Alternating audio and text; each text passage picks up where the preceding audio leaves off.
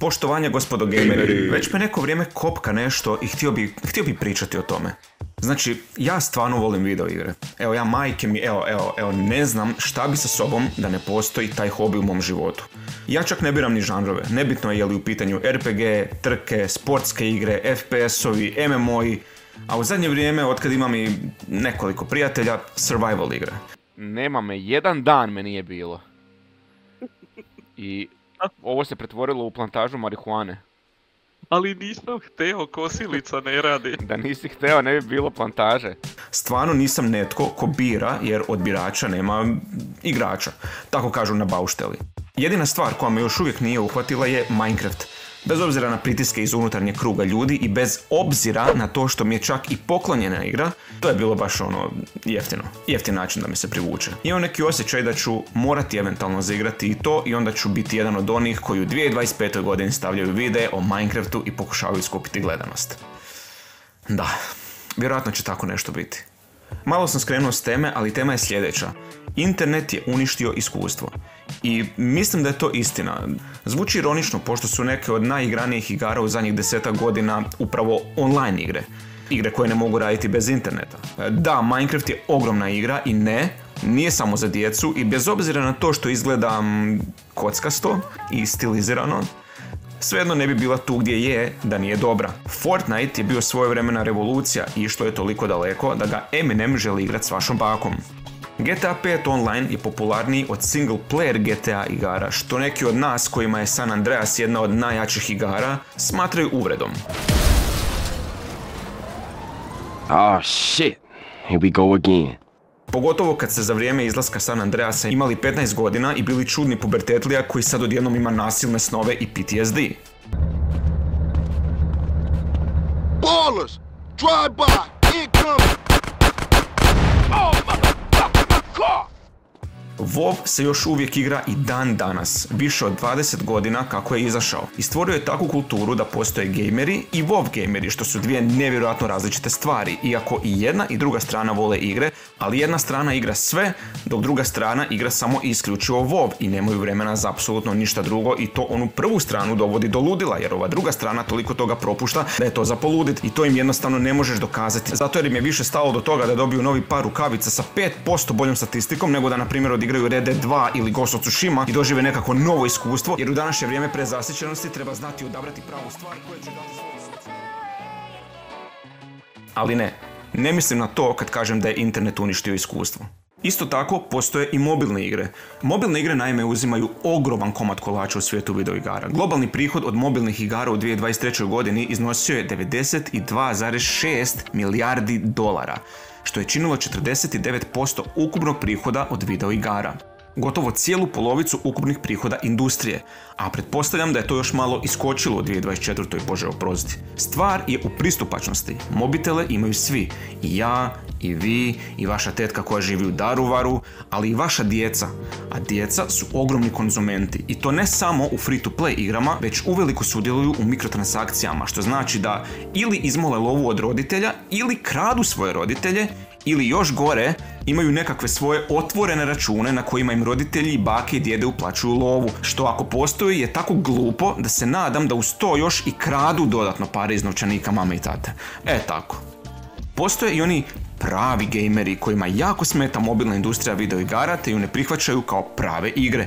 Oni su jako ljuti i jako ozbiljni u svojim videoigrama. To su, by the way, odrasli ljudi.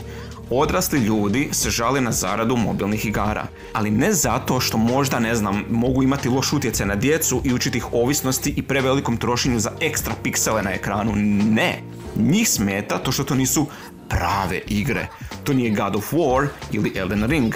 To nije, šta je još onako šta je mačo od novih igara, neka fenomenalna nova igra, Veilguard? Ali duplo ne. Ne mislim čak ni na to kad kažem da je internet uništio iskustvo. Ono što mislim je da je internet uništio iskustvo single player igrama. Igre koje imaju određenu priču koju treba iskusiti. Igre koje su toliko bogate sadržajem da djeluju zastrašujuće uopće ih započeti jer znaš da će ti oduzeti 200 sati života. I koliko god je internet pomogao tako što je olakšao pristup igrama, Isto tako je i odmogao. Imamo streamere na Twitchu koji brzaju kroz priču, ne bi li oni bili ti koji će se moći pohvaliti da su prvi prešli igru. Imamo streamerice koje igraju polugole jer znaju da je Twitch prepun muškaraca, a muškarci koji su na Twitchu nisu baš neki tipovi koji imaju hrpu žena u svom životu, tako da je ovo dosta ljigavo.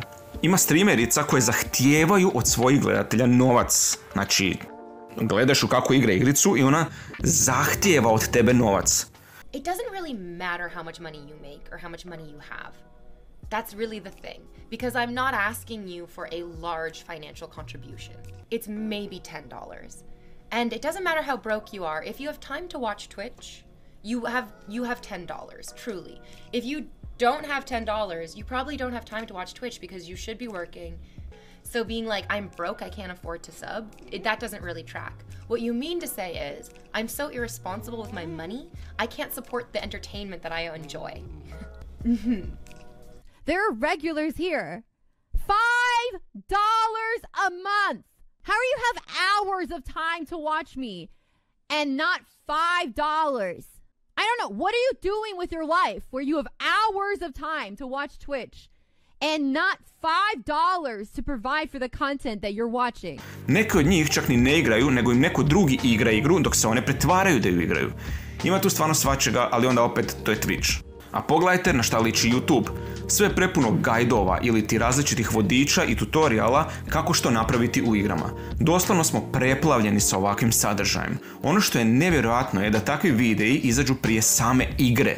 Tipa 2 dana prije izlaska određenog naslova već imamo liste od 10 stvari koje moramo napraviti u igri da bi si ju olakšali. Šta? Da bi si olakšali igru? Ja to čitam kao da bi si pokvarili iskustvo. Eurogamer, IGN, GameSpot, GameRanks. To su samo neki od kanala gdje na dan izlaska igre izađu videi poput 10 stvari koje vam igra ne kaže. Da, naravno, možda zato da bi se iznenadili kada nešto otkrijemo. Znate ono kad developeri rade jako dugo na nečemu i žele iznenaditi igrače, pa sakriju neki chest sa jako dobrim mačem ili knjigu sa dodatnim lorom ili mehaniku koju eventualno sam prokužiš. Ne. Content kreatori su tu da nam kažu sve o tajnama i skrivenim temima koje ćemo mi, idioti, profulati. I naravno, svjestan sam da postoji opcija jednostavno ne gledati te videe, ali smeta mi ta neka vrsta iskorištavanja privilegije određenih portala i kanala. Oni dobiju igru nekoliko tjedana unaprijed zbog recenzije i onda imaju prednost koju iskorištavaju ne samo u svrhu recenzije, već u milkanju ovakvog kontenta. I naravno da puno ljudi to gleda, što zbog znatiželje, što zbog manjka vremena, a puno ljudi gleda jer želi preletiti igru i hvaliti se time među prijateljima, što mi tek nije jasno. Spomenuo sam nedostatak vremena. Mislim da je to jedna od najvećih boljki u današnje vrijeme. Treba uzeti u obzir da je puno nas odraslo u vrijeme najvećeg buma videoigara, negdje od kraja 80-ih pa do 2000-ih godina. I puno nas je maštalo o tome kako ćemo jednog dana odrasti i nećemo više morati žicati roditelje za igru koju želimo. I sada kada je to stvarnost, dogodila se realnost. A realnost je ta da odrastanje donosi sa sobom obaveze koje nemamo dok smo djeca. Ako želimo igrati igru, moramo raditi za nju, što već samo po sebi uskraćuje vrijeme koje bismo rado uložili u igranje. Uz to stvaramo veze s ljudima koje pokušavamo održavati, vjenčavamo se, imamo djecu. I naravno, puno nas želi te stvari, ali isto tako želimo imati vremena za svoje hobije.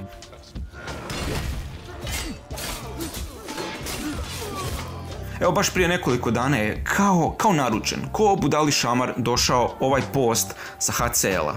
Kaže se da u mladim danima za igre imaš vremena, a nemaš novca. Kasnije imaš novac, a nemaš vremena za igranje. I ako odemo na anketu stignete li igrati sve što vas zanima i prođemo kroz cijeli članak i odemo dolje na rezultate, vidimo da je najveći broj rekao da ne stigne. Tako da nije ni čudo da puno ljudi upali, na primjer, Baldur's Gate 3 i čim negdje zapnu, odlaze na YouTube gledati kako se odrađuje točno ta misija gdje su zapeli. I vidim legitimnost u tome, stvarno vidim legitimnost u tome. Odrasli smo, nemamo više 2 sata za odgonetnuti jedan puzzle u Zeldi ili Tomb Raideru. Nemamo više vremena za učiti mehaniku bossa u Elden Ringu. Nemamo vremena umirati 20 puta, nemamo vremena istraživati mapu, nemamo vremena ni za upaliti igru na kraju dana. Ako idemo tako daleko, trebamo se zapitati zašto uopće igramo? Gdje žurimo? Da, znam, moraš ići ranije u krevet jer ujutro vodiš kćer u školu. Ali svejedno, čemu žurba? Zašto moramo odigrati igru u tjedan dana?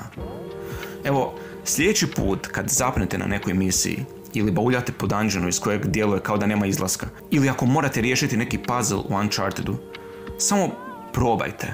Probajte imati više strpljenja.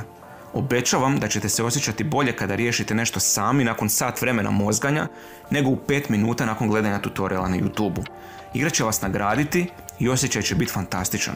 Osjećat ćete se nagrađeno. Naučit ćete razmišljati možda na neki novi način. Igra će vas jednostavno natjerati na to. I samim tim bit će vam zabavnije. A što je poanta hobija nego zabavica? Did you find rancid powder? How are you feeling? Have you gotten any worse?